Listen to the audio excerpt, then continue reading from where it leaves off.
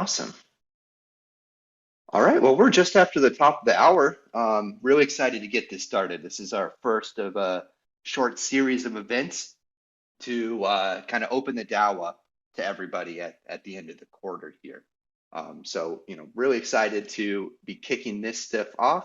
This first session is going to be focusing on governance and organizational design in DAOs. We'll be speaking with the experts who we're forming both today here at the Rook DAO. Let's go on ahead and dive right in. I'm going to quickly just allow these folks to introduce themselves. That'll be doing the majority of the speaking today. Once we get through their bits of planned content, we'll be able to open up to questions in the audience. And if you can see now that you're probably not able to unmute if you're going to ask questions. If you want to ask a question, please post and tag me in the voice chat text channel above this, and I will unmute you and allow you to ask your questions. But this allows for screen sharing and things that our stages previously had not allowed. So just getting that little bit of formality out of the way, let's dive right in. So with me kind of co-hosting today, we've got Jason and we've got Guard. So Jason, why don't you kick us off? Quickly introduce yourself, what you're doing here for the DAO, and then we'll hop over to Guard. Okay, great. Hi everyone. Great to see so many people here. My name is Jason. I go by Jason W, I guess here. I work on governance and organizational design along with Guard. And my focus has really lately been on the governance process itself and on getting us caught up and executing on what we already have and thinking about what the next stage is. And I come to this I recently completed a PhD in organizational and institutional sociology and focused within that on this sort of how people organize to get blockchain projects implemented. So this opportunity to be able to put that research into action has been something I couldn't possibly pass up. It's been great. So that is me. Awesome, Jason. Thanks a lot. Guard, why don't you go on ahead and introduce yourself as well? Thanks, Deets. So I'm Guard. I'm a lawyer by training. Also been a legal academic and this sort of thing. My specialty is in particularly academically has been in kind of non-corporate forms of group organization or enterprise organization. So that's to say the stuff that people used to do much more of before companies were a thing. And of course that dovetails very well with the stuff that's now happening in the crypto space. I've been in crypto for a long time, but it's only now that I've got into the to see the engine room of various DAOs. And I also thought that this opportunity to put some of that stuff into action was too good to pass up, particularly in a project with a team as talented as this. And I feel privileged to be working with people like Jason on this stuff. So I do the same. In a way, we do the same work, but we work from different points of view. So he works more on the actual kind of governance and, as it were, internal side of it, and I look at the legal structure of the organization and how those two things support each other. I also have a PhD, but who's counting? Man, and if you hadn't been around too often, you'll typically see Jason leading our calls that happen on Wednesdays around the governance workshops. And we actually did an AMA with Guard a few weeks back. That's on our YouTube channel as well, talking about all things in the legal space around crypto and the crypto industry. Both of those things have been very awesome to check in on, and it's been really an absolute pleasure working with the both of you guys. But let's just quickly introduce kind of this topic today about governance. And let's just open it up to one of you two and talk first about your impressions of the Rook DAO governance and organization as it stands today. So either one of you hop on in. Maybe I'll start this time to give Jason a chance to have a sip of tea. So starting off, when I first came in, the DAO was like any other DAO, which is to say there wasn't a kind of explicit legal structure in place. Now, the myth that's going around in the crypto sphere is that means that there is no legal structure, and of course that's not true. So there is a kind of default structureless structure that the law interprets these kinds of structures as, and which is fine, but that structure is really, it's called an unincorporated association, and that's not ideal for a big sort of international business structure like a DAO.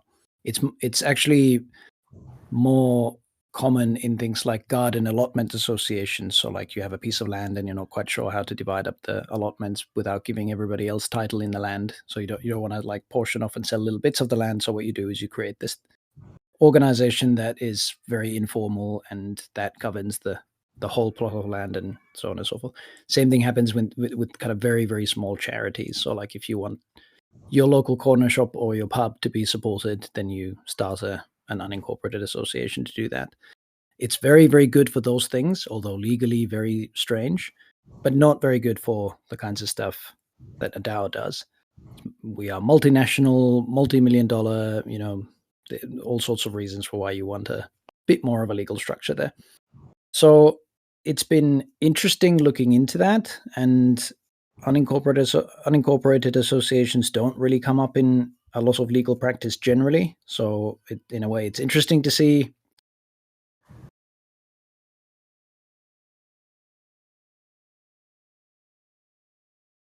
Or did we lose you?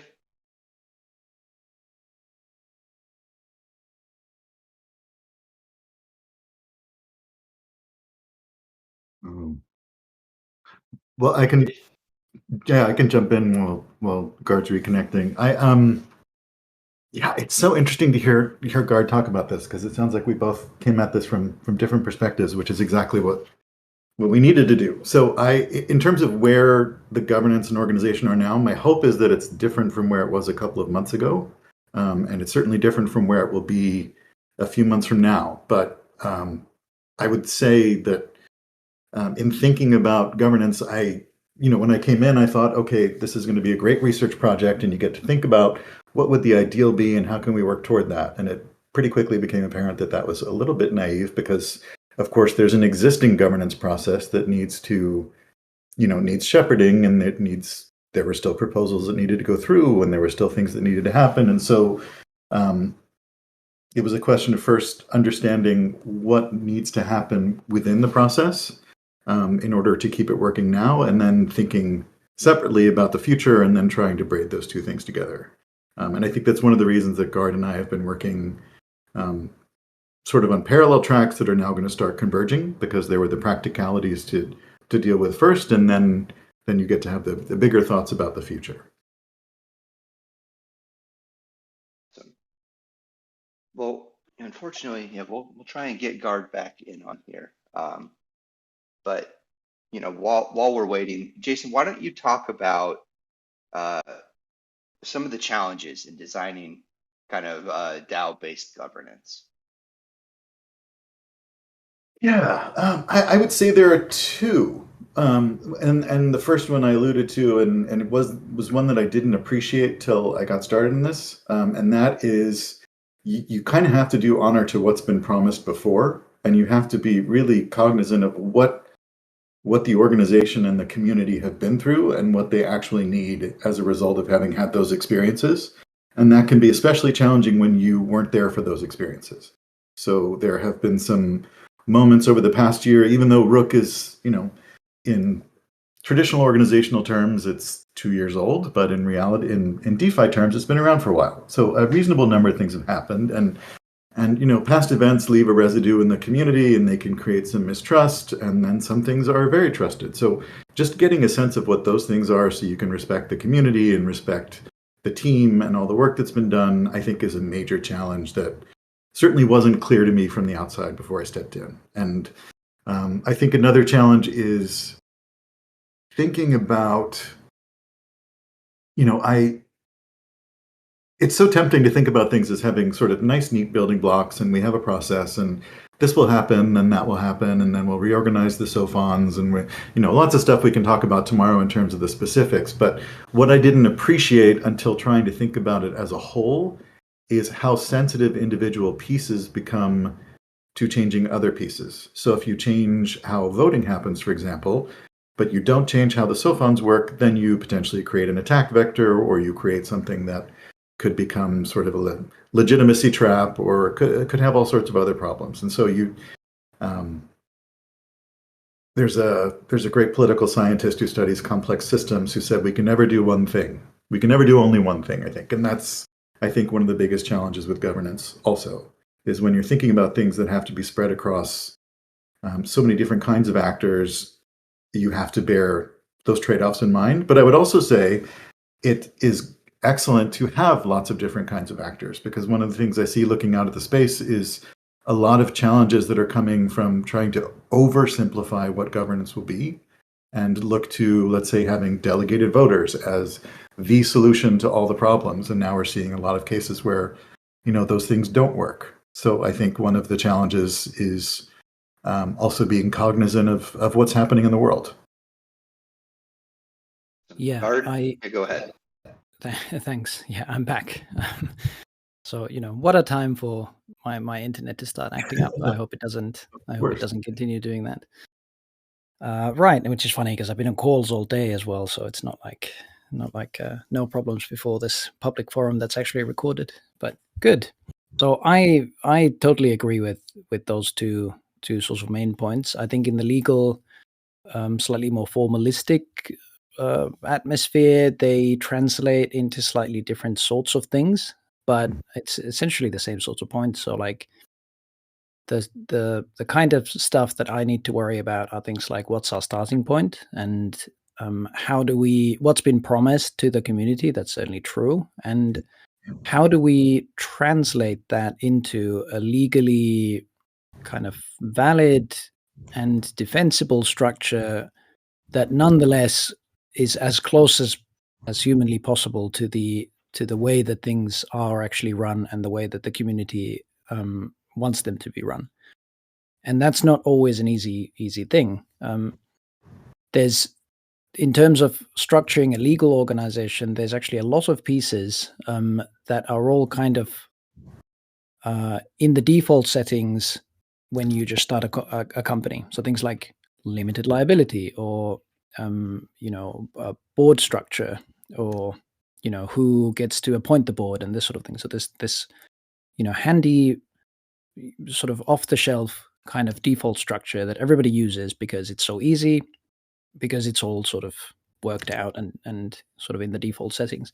But when you start designing your own organization from scratch, it's actually a lot harder because you don't have these default rules in place. So what you have to do is you have to work out, how is it that we get something that looks a little bit like limited liability so that our contributors are protected from, so that they're not personally liable for this sort of thing, unless it's appropriate for them to be. So like unless they have a personal, let's say, contract with the DAO or something. At the same time, how do you make sure that the organization that we have is something that sort of more or less looks the way that the governance process looks like? So how do you give, let's say, token holders a vote that's sort of legally recognizable or recognized? And these sorts of things. So it's a little bit difficult to.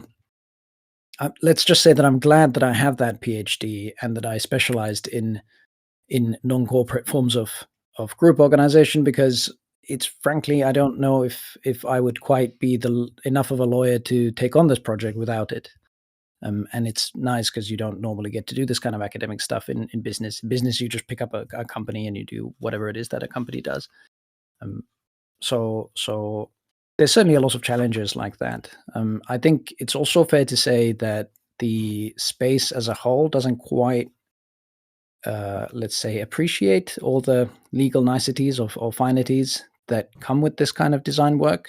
So it's not always easy to come up with a way that kind of directs our liability streams in the right way. So if you imagine you're in business, where you're actually doing all the time is undertaking new liabilities all the time. Whenever you enter a contract, whenever you do anything, there's also, or if you're operating in a kind of regulatory environment or something, there's a kind of liability structure that comes with it.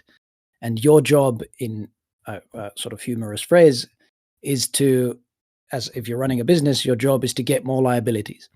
And my job as a lawyer is to make sure that those liabilities come in the form and from the direction that we want them to come from. So it's a little bit like designing like a little bit like a flood system, or like a, you've got a floodplains where you can direct your liabilities onto, or you've got your canals that can sort of drain the the floodplain afterwards or whatever. But if you don't have any of this in place, then what happens is the whole city will just be flooded and everybody's bedrooms will be ruined. So those are the kinds of basic challenges that, as a lawyer, from an organizational design point of view, I have to worry about. And it's frankly not very widely discussed in the crypto space. I think there's a lot of myths around getting lawyers involved and having to work with liabilities and this sort of thing. And of course, it's not that the law will not ignore you just because you don't have an organization, is basically the point. And making one from scratch is difficult, particularly because we want to be true to the crypto kind of dream of a different kind of organization where more people can get involved and people can be more sort of engaged in governance process personally just by holding the token. So yeah, there's certainly challenges to it. It's an unusual kind of organization. We have, as part of the project that me and Jason are here to run, we've taken quite an ambitious approach to it. So we're not just picking up the kind of the kind of off the shelf versions that everybody else is doing. So like, hey, let's start a company in the Cayman Islands and avoid taxes and whatever. But no, it's we're actually designing this stuff from scratch, and it's fun, but it is challenging. Bart, you've hit on something here. That, we're a very kind of unique type of organization. So thinking about DAOs and the D in DAO for decentralized, why don't both you two speak to you know what the what do we mean by decentralization here? Jason, you want to take that first? Sure. Yeah, I'm happy to. I think that, excuse me, from the perspective of thinking about being in the weeds, thinking procedurally about the KIP process itself, so sort of the main body of governance, but certainly not the totality of governance. But when we think about governance and as we think about what that process is, I think there are a lot of decentralization ends up becoming a cover word that can sort of absorbs a lot of sins. So a lot of things that aren't necessarily decentralized, maybe they're just arbitrary, or it could be that there's not a balance of powers, or there are lots of ways to think about what is being decentralized that don't necessarily involve every single thing going for a vote before every single token holder. And I think that one of the things you see a lot of in the space overall is other projects kind of moving to structures that we started talking about way back in KIP 12, where we think about hybridity, where you've got spaces for action that are carved out for specific teams, for groups, for labs in general, versus what happens within the community itself. And so decentralization, I would argue, is maybe not the right word. I think what we're looking for is more clearly articulated actors, clearly articulating what their powers are and what they're accountable for and to whom, and thinking about where are the checks and balances in the process so that no one actor has too much power. That, I think, is it's a more difficult and potentially hazy definition of decentralization, but I think that's the thing that we're working toward, and that will ultimately be a more meaningful form. Art, thoughts? Yeah. Oh yeah, plenty. I just wonder, how long you want to make this call. But yes, I once again I agree with Jason. Couldn't agree with him more. so decentralization is often thrown around as this kind of a word that more obscures than makes things clearer, and and it is something that we are striving towards, and of course are committed to. We're all here. We're all into crypto, and in some ways share in that sort of dream of having a different kind of organization where, like I said, more people are able to participate more fully. But of course, it's not clear what we actually mean by decentralization, and there's like there's some like blog posts of prominent crypto people, but even they don't really get into the kind of the meat and the detail of it. So, or if you're a vegetarian, the mushroom of it. So, I mean, I think of it as something that has a lot of various axes, so that you can decentralize the kind of resources, or the system that you have. So, like for example, the fact that we have this like trading app. Is it possible for anyone to come and kind of plug into it, or is there are there some kind of gatekeeper functions there? That's one thing about, well, that's one sort of a vector of decentralization. But then organizationally speaking, there's a bunch of them. So things like who actually holds the assets that we hold, who actually owns them, and who and aside from that, slightly separate question is who has the ability to actually use them or pledge them, is the legal term. So who has the ability to kind of make contracts on behalf of the DAO, pledging our assets, and that's funnily enough is a separate question from actually from who actually owns them. And then there's things like who's accountable to whom. If you do have some kind of central committee or labs or a CEO or something, who is that person accountable to, or who are those people accountable to? Then there's of course things like decision-making power generally, and not just the power to make decisions, but sort of what decision-making functions are most optimally distributed to whom, right? And this is kind of the stuff that Jason was talking about. So sometimes it's not sensible to have every token holder vote on every little thing that happens. It's suboptimal because people may not care, and it maybe takes too much of their time, and then they might miss the actual important votes, or whatever reasons. There's a lot of literature on this. So it might make sense to concentrate some aspects of the day-to-day decision making onto a committee or even onto a single person who's empowered by the DAO, as long as that person is accountable to in some like toothful way.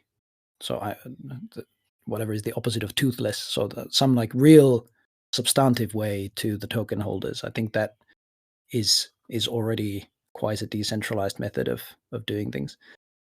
And this sort of thing. Who gets to design the processes by which something is made more or less decentralized? So these are not obvious questions, and all kind of come up all the time when we do our design work, even in the legal side, because of course the structures that I design have to support and match the ones that Jason is working on. So if he comes up with a new brilliant governance structure, I have to come up with the corresponding legal structure that supports that, so that there's actual teeth in the governance process. So there's a lot of vectors, and I could talk about every one of these for quite some time. Even the fact that the ownership of an asset is not a simple single thing. The ability, the fact that you own something doesn't mean that, or is actually split into about, canonically it's split into about 11 different things, including things like pledging, residual ownership, being able to eject others from your property, and this sort of thing. So even something as simple sounding as ownership is actually consists of lots of different features, and we don't always want in a decentralized world, we don't want those features to be all held by the same person, because that would be centralized. That person just has the power to do whatever they want with this stuff. So I, in my work here, have to worry about things like, well, who do I give this function to, and who gets to decide this part of our assets, or who gets to pledge them, who gets to control them on a day-to-day basis, who do they have to ask for permission to do it, or how do you give them the power to handle these things, all these sorts of things. So there's a lot of vectors in decentralization, and I could happily talk about it for like another 10 hours if you guys want. But these are some of the kinds of issues that come up, and if you have any questions on any of those, or anything more general, then I'm more than happy to continue on those. Well, Gard, I think that's a perfect segue to remind folks, hey, if you have a question you want to ask, I think we can pause right now for that. If you want to be taken off mute, just quickly tag me in the voice chat channel above, and I'll unmute you for being able to ask a question. But if nobody's got any specific questions right now, I've got some other stuff queued up. So I'm going to give anybody a chance to tag me if they're looking to ask something. All right. So, and by the way, I consider it a perfectly valid question. Like, why do we need a lawyer? Or, I know that this is an issue that people may be too polite to ask, but I've been asked this question a lot when I have worked in various crypto projects and this sort of thing. Like, I consider these sorts of questions perfectly valid. You're at liberty to ask questions that you consider tough. I'm more than happy with that. well, Gard, I think that actually is a great segue to one of the questions I had, which was, how, if so, do we see the DAO as an organization interacting with different legal systems? Goodness. Okay. Yeah. Well, that is one of the tough ones. So, imagine the law as like a set of coding languages, right? So each country has its own slightly different coding language, and you can make stuff work in a certain way by having it interact with that coding language. I probably shouldn't have picked this as an example because I'm not that technical, but I hope I didn't say anything that's completely false about coding languages there. But the point is, you can kind of shape the laws or the legal tools that you have within a jurisdiction to make things happen. So you could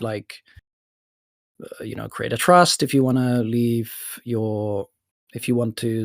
let's say, for example, you want to split some of those different functions of ownership. You could do it by creating a trust. You could have somebody else manage the property and have somebody else get the benefit of that property, for example. So that's how internally within a country the legal system sort of works. How a DAO sort of operates is very legally challenging because it doesn't operate with a single coding language. It operates in a bunch of jurisdictions, and anyone can just kind of go onto the blockchain and do their thing. So there's always this sort of cross-border element within it, which makes things legally quite challenging and difficult. So part of my work is to try to come up with a defensible structure. I mean, like logically defensible structure that I can tell a regulator if they ever ask that this is our seat. This is where our organization sits, or this is where this part of the organization sits, right? And so things like this is our treasury management is designed or is seated in this jurisdiction because they give us the ability to make more frequent deals without specific tax consequences or something like that. So that's the kind of work that legal structural design is. But how it sort of talks to the various legal systems of various countries is quite sort of detail heavy. The actual answer to this would be quite sort of detail heavy. So maybe I'll just finish with that. All right. Well, I think that this is a great opportunity for us to kind of now steer back towards the the current state of the DAO and where we see things headed. So I'd love to give the stage to Jason to show kind of anticipated reform actions and a timeline of what we're working with So Jason, I think you've got some materials prepared if you want to go on ahead and share your screen here. Yep, sure. It says I can't stream into the channel, so I'm not On the sure share if it's screen. a permissioning thing. Yeah, it's grayed out for me. All right, give me a second here. So while we wait on that, I see the question about that the call is labeled governance reform, and of course that's true. It it perhaps bears making more explicit that I the work I do in designing a better and more sort of legally defensible organization is part of the governance structure work. So we have to make sure that the kinds of things that you as token holders can do are actually represented in the legal structure. And I mean, and this is a very sort of broad reform. If you imagine kind of going into uh, my arrival in the organization was a little bit like going into a building site. You can see there's a lot of really good big bricks around, but you need to put them together. And the process of doing that in a way that supports the kind of structural designs that we want crypto to have, and to support the governance structure that we want to have. It's a big overhaul basically, and of course it is perhaps not so easy to see because we haven't rolled out these designs yet. But I but that's basically that. It's a process of reform, but of course it does take a little while to show kind of outside. And maybe if you're not curious, you may never really see it. It's not necessarily the case that because you might have to go and see some filings or something and see that, oh, this is how they structured their legal affairs that have to do with this and that, and oh, isn't that nice? If you're not curious about that stuff, then you may never find your way around those areas, and it may not sort of show in that kind of way. But it is a process of very, very significant reform in how the DAO is actually organized and structured in a way that gives you, the token holders, the actual power. Like legally speaking, you have the power after this reform process is done. All right, looks like I sorted out permission. So Jason is sharing his screen. So Jason, it looks like we're seeing a Gantt chart here. Why don't you walk us through that? Yeah, sure. So in terms of how we're thinking, and this is going to evolve over time. So this is going to be a living document. We'll be making it public next week. It's currently in our quarterly report, but the idea here, let me take a step back. So as we're thinking about reforming governance and what that means, we started off with something very sort of elegant and concise with KIP 0, as most DAOs start with. So our first proposal laid out a governance process in terms of how to propose something, how the decision-making process happens, what the SOFONs do, and how things move from one stage to the next. As we were thinking about how to reform that, it became pretty clear that we've kind of outgrown a structure where you could put everything into a single proposal, just as pretty much every project does. And so the idea was to replace it with 3. So you'll see here there are 3 KIPs that we're thinking about. One of these is already on the forum, and so that is just breaking off the front end of the process, standardizing it around what are the categories of proposals that we have, and how should we structure proposals. And there are templates for each of these kinds. And then one of the nice things about templates, which I haven't really talked about so far, but one of the nice things about having templates is, to Guard's point of how we're thinking about where do we embed accountability and who has accountability and to whom. When you have a template, you can make it very clear that someone who's proposing something has to describe not only the potential downside, but what they're going to do to report, to whom they're accountable, how this action can potentially be unwound, and so on. So that's really been the first part, is really trying to bake a lot of that thinking into the front end of the process, and also make sure that everyone who's writing a proposal is on an even footing in terms of knowing what it is that we expect. So that is the one that I'm calling the templates categories KIP.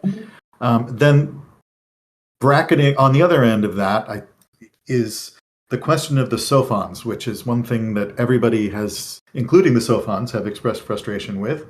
And so that seemed to merit having its own proposal that talks about what our expectations of what our expectations are of the SOFONs, what the SOFONs can expect, what they oversee, who oversees them, how they're onboarded, how they can be offboarded. And so that was that tended to over. I found initially that I thought that would be part of an overall process kit, but it really overloaded it. So that is now separated out into its own kit. And then the large one that sits in the middle of this is an overarching process kit that itself replaces or is intended to replace or amend KIP 0. And that is just establishing in an Eleanor Ostrom, very clear and simple sense, who are the actors and what are they empowered to do? And then B, what is the life cycle of a proposal as we did in KIP 0? So that is sort of the big omnibus one. To go back, Dietz, to one of your questions earlier about the challenges, one of the challenges that I initially really struggled with, but I found turned out to be incredibly generative and helpful, was the fact that it's easy to get in the weeds of doing this behind a paywall in Notion, and maybe then we'll bring our grand idea out. Well, that's not really possible with governance because we have these weekly workshops, and those weekly workshops bind us to a commitment to build in public. So it's been an interesting challenge to think about, all right, how do you develop these sort of broad picture things? And you can see here where this work is going to start converging with what GARD is working on. So this is going to become more of a joint effort going forward. But how do you make that happen in a way that's also allows for this weekly cadence of meetings? And so one of the things we've been experimenting with is taking pieces of this out and discussing them with the community ahead of time so that we don't hit everybody with this gigantic monolithic set of proposals that'll be impossible for anybody to have an informed reaction to. So that's, the approach has been, number one, there's this big overarching timeline and these big proposals, and then concurrently with that, number two, working in public to kind of get feedback on pieces of it so we don't get too hung up on those pieces. So I'll give you an example. One of them was around, last week we had a really great conversation around if we want to build more transparency into what the SOFONs are doing, maybe we could think about a couple of different things. So one of the things we talked about was having the SOFONs be more engaged with the forum. And another was in talking about how to ensure that they're reporting their deliberations in a way that the community will find maximally useful. And so, of course, the community needs to define what they would find useful, right? And so while I'm working on the SOFONs proposal, it was extremely helpful for me and hopefully for the community to be able to engage on that one point so that I could then take that back into the draft. And so we're doing that with pieces of each of the drafts.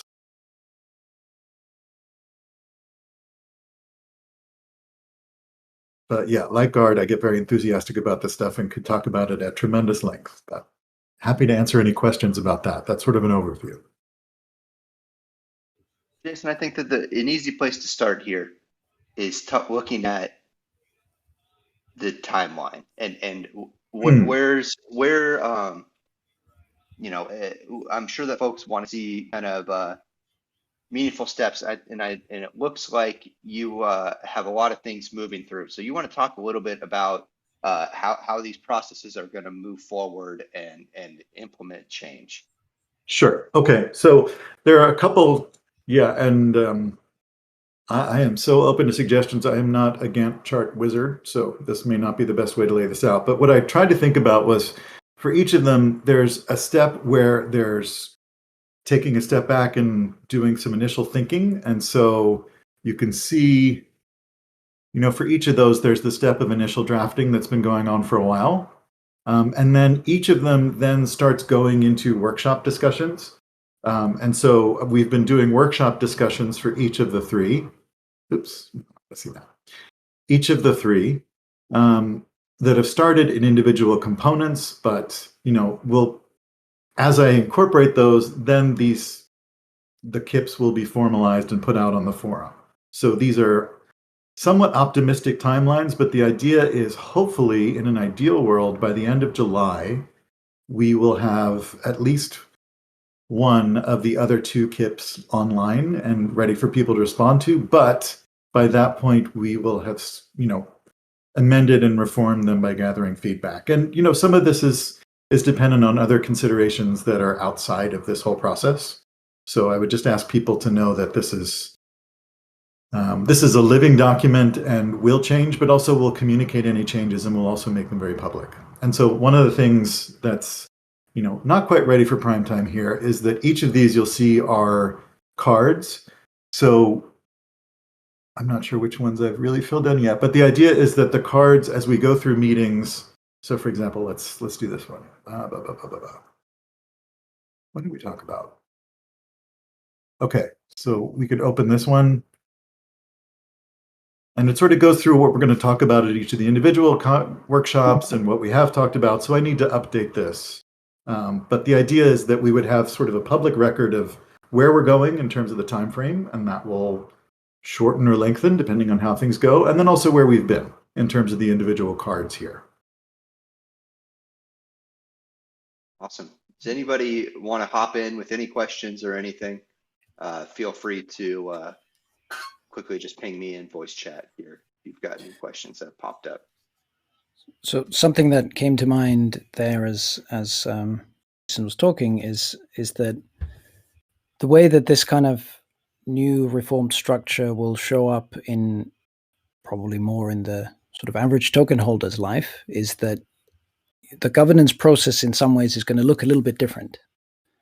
And so they will, for example, one thing that from a legal point of view and frankly from a sort of decentralization / accountability point of view is quite important is that, is this thing that Jason mentioned, which is kind of like a standard form proposal, which will kind of force whoever wrote it to articulate what is it with some degree of specificity, like what is it that they actually want to happen and how would this actually work? And so that seems like, that it's an important thing for an organization to be able to do because you need items that are up for governance to be actionable. But of course, that also means that the governance process is a little bit heavier, right? So it will be more difficult for an individual person to make a governance proposal because they might have to think about it a little bit more and they might need to get people together, and it's not so easy to just kind of throw ideas around. So how do we what can we change so that we don't lose the kind of good-natured debate that we have around in the governance forums? How do we do that? And you've actually already seen some of the, if you've been in the Discord, for example, you've seen some of the changes that we're testing out and putting more of our effort in. So things like you have a point or a grievance or some kind of challenge to a day-to-day decision, which is not necessarily very easy to bring up in a governance proposal. The idea is that you'll have somebody to talk to about that. So in a lot of cases, it's been me. I've been discussing various issues with a few people over DMs and this sort of thing, and we've come up with some actual good ideas in those things. And the idea is, that we don't want to like stifle debate and idea production. That's our lifeblood and everybody's lifeblood in a business like this. But at the same time, the governance process needs to be such that if something is passed, it has to be actionable, because we are bound to do it, or the leadership is bound to actually act on that stuff. And if it's not possible to act on it, then what do you do? So that's one thing, is there'll be a lot more kind of access to discuss things in a constructive way and even challenge things in a constructive way with team members. And we already started doing that. Other things are things like, if your governance proposal does not fit within a certain kind of framework, and you feel like that is in some ways prohibitive of what it is that you want to say, then there should be some form of challenging that too. So there should be some kind of procedural challenge, and that's a wholly, completely new, different thing. We've never done that before. I don't know any DAO that actually does that. Absolutely normal and kind of bread and butter in the kind of world, in which I move in my sort of civilian job, but nobody's apparently heard of it in in the DAO governance thing. So like if something is procedurally wrong and you know it, so let's say that somebody you note that somebody in the leadership team or something misused a power that they were given, or that they misinterpreted the power that they were given, and they therefore acted outside their powers. How do you actually challenge that? Aside from, just bringing another kip, which they might be able to block in some way. So we're putting in some form of kind of a challenge where you can challenge, or a channel where you can challenge this kind of thing on procedural grounds. So you could say that, well, look, this did not follow the normal procedure of governance proposals, and therefore the actions that were taken using this governance proposal as its basis were invalid. That has to be something that a token holder has to be able to say. Otherwise, centralization. So, it's these kinds of, I appreciate that we're talking in kind of high theory, and, you've got two people with an academic background talking at you here, and I know that it's sometimes a little bit boring, but it will show up in very concrete ways on the ground. And the purpose of all of this is to give, you, the token holders, a kind of more formally recognizable way to challenge the decisions that you disagree with. So that, I appreciate that this all sounds very academic, but that's the idea. We're giving you the power to actually run this thing. And that is decentralization, well, from where I stand anyway. Right. I'm still not seeing anybody looking to ask any questions here. So I can still kind of drive this a little bit. So, I guess Jason or Guard, looking at kind of let's call it the mission of the DAO, or aligning values between different parties. What are the considerations that go into that thought about alignment that goes between each individual member of the DAO? Where do you guys see that fitting in? Yeah. Yeah, you go ahead. Okay, yeah, I'm happy to. So that, it's interesting you asked that, because I think that it's one of the things we're finding is that as we work through, it's easy to focus on individual documents and individual things like a constitution or a KIP process, but a lot of times these things all should have a common source in something like a mission statement. I would say a mission statement and a constitution or charter are really the fundamental documents. And so, and it's very easy to run afoul of that if you haven't stated what those shared values are, because I think we all have a sense of what they are. But being able to put them down on paper, which is one of the things, is a primary focus for a lot of us, early in Q3, I think will be a big help going forward. And really, a lot of the things that we're thinking about from a governance perspective, in one sense, only work if we've got something that is exactly what Guard was talking about. I couldn't agree more. But I think, what's the word I want? Not subjectively, but in terms of shared values and alignment around things, it's we're working towards articulating those and then bringing them to the community to refine and shape. Hello? Yeah, we can hear you. Okay, good. Yeah, for a second there, I think I was on mute. Anyway, okay. So, yeah, from my point of view, I mean, it's similar stuff. It's maybe a little bit, the legal side of things tends to be a little bit harsher. So you always assume that everybody's a bad actor and this sort of thing. So in those kinds of, in that sort of hyper hostile environment, alignment is much more about kind of nudging people to do the things that they would know that they would do if they had the best interest of the DAO in mind, rather than their own best interests, or trying to align those two sets of interests in a kind of fruitful way that people will respond to and sort of follow. So when I when I do my design work, I assume that everybody is either an idiot or evil, including myself, and including like Hazard and Jason, and these are people I like, and I'm in some ways designing the structure for them, and I assume that they're either idiots or evil, because that's how you align people's interests. You try to make sure that it's the case.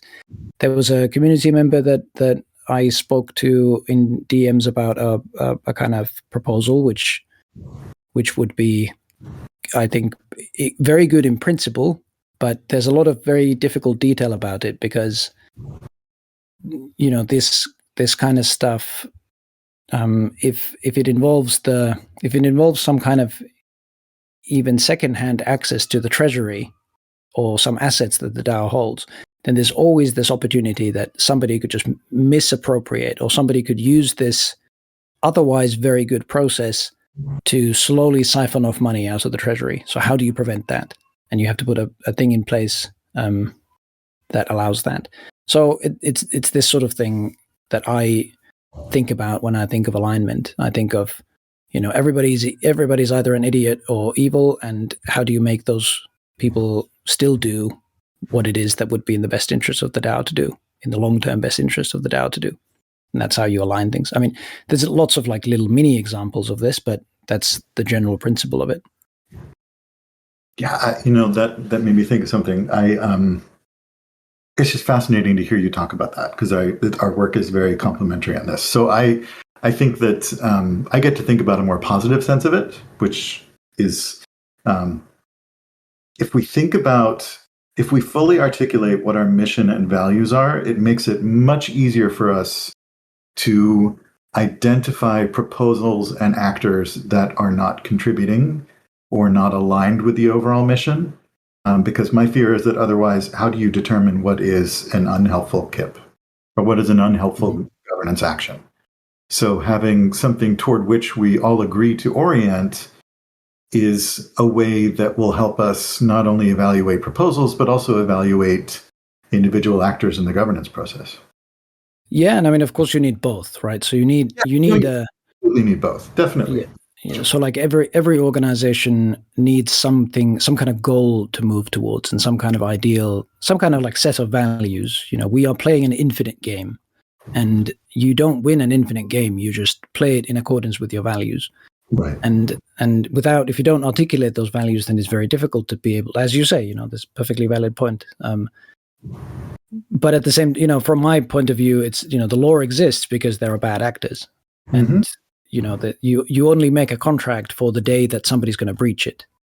And so, that's from the legal point of view, that's kind of the idea. I mean, I hope I've shown in the Discord chats that I'm actually a relatively nice guy, and can, tolerate a little bit of abuse, and can also, I think, continue a good and constructive discussion, even if it is in disagreement with somebody else, and if somebody else is disagreeing with me, and this sort of thing. And I think this is all very good. I think it's good that we have this sort of value base where we debate things, and even sometimes in a tough and rigorous way, but as a lawyer, whenever I put my kind of lawyer hat on, that's when I start to think, bad things about humanity, I guess. Yeah, and I want to be clear, when I say complementary, I mean that in the actual sense that both sides are both necessary and made better by the other perspective. That's what I meant.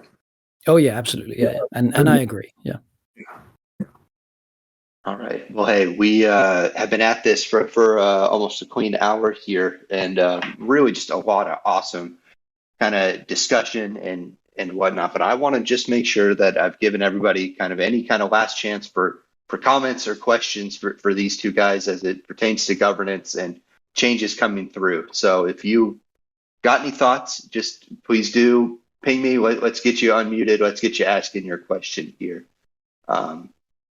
So unless we, don't see anything else here, maybe Jason, can you just, outside of kind of the Gantt chart, kind of where do we go from here? What's your call to action for the DAO to kind of help be a part of this process? I would say, there's the near term, which is we have a bunch of proposals and a bunch of things we're talking about that would really benefit from the community's involvement. So as we think about our budget, and we've got a very heavy cycle coming up in terms of the next couple of weeks for governance proposals. So we're going to take maybe a little bit of a step back from thinking so much about process, and we're going to focus much more on these proposals for the next couple of weeks. And then the call to action after that is come back to the governance workshop for process. But please come to it in the intermediate time for the intervening time for really thinking about the DAO's needs and what kinds of things are coming up in proposals. Yeah, and from my point of view, if I don't have kind of my own hour with you guys, maybe I will, maybe I'll snake my way into having one. But what would really help my work and kind of a call to action on the community's part is, you don't have to be super formal or legal about it or anything like that, but just tell me. It helps always when somebody tells me what is it that they want, and what would you like to see? What kind of organization would you like us to be? Even if it's something like, well, I want to be able to fire his ass, or and then I'll be like, whose ass? And you go, Hazard's, and I go, well, yeah, but why or when do you want to fire him? And it's like, well, if he misbehaves, I want to be able to fire him. And then I go like, okay, good, thanks. That's an actionable thing that I can do. I can make a structure like that where you can fire his ass if he misbehaves, or whatever it is. And by the way, Hazard, no offense intended here, but or the lawyer guy, I want to fire him. How do I do that? And what kind of structure can you put in place so that we can get rid of you? And I could be like, okay, I can do that. I can build a structure like that. So it helps enormously when to get that sense that Jason was talking about of that kind of shared sense of values that we have. I especially when it comes to things like accountability and powers, so things like who's able to do what and who's accountable to whom, this sort of thing.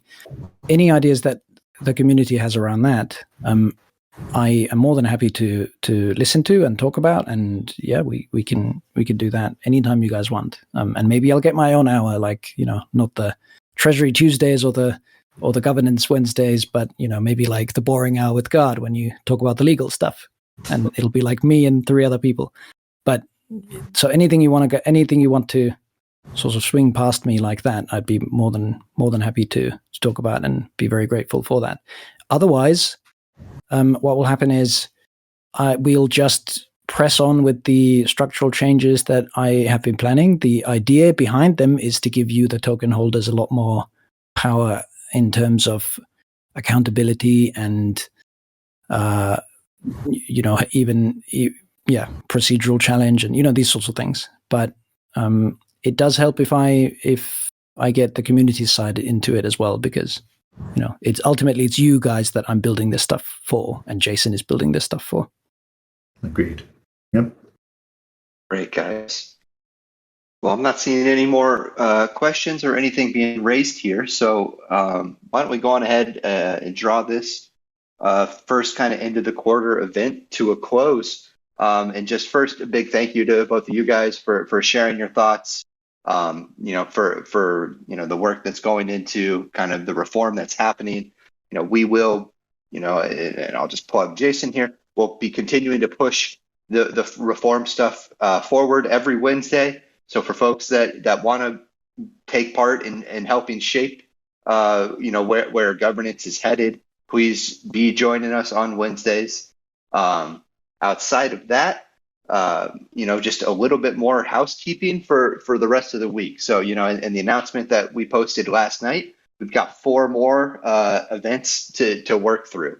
So the next one is in 2 hours from now. We'll be talking kind of Q3 and beyond strategy. And so Hazard will be leading that. And, I'm really excited to hear kind of where long-term strategy is going and the essential parts of that. So 3 p.m. here in the same voice chat channel.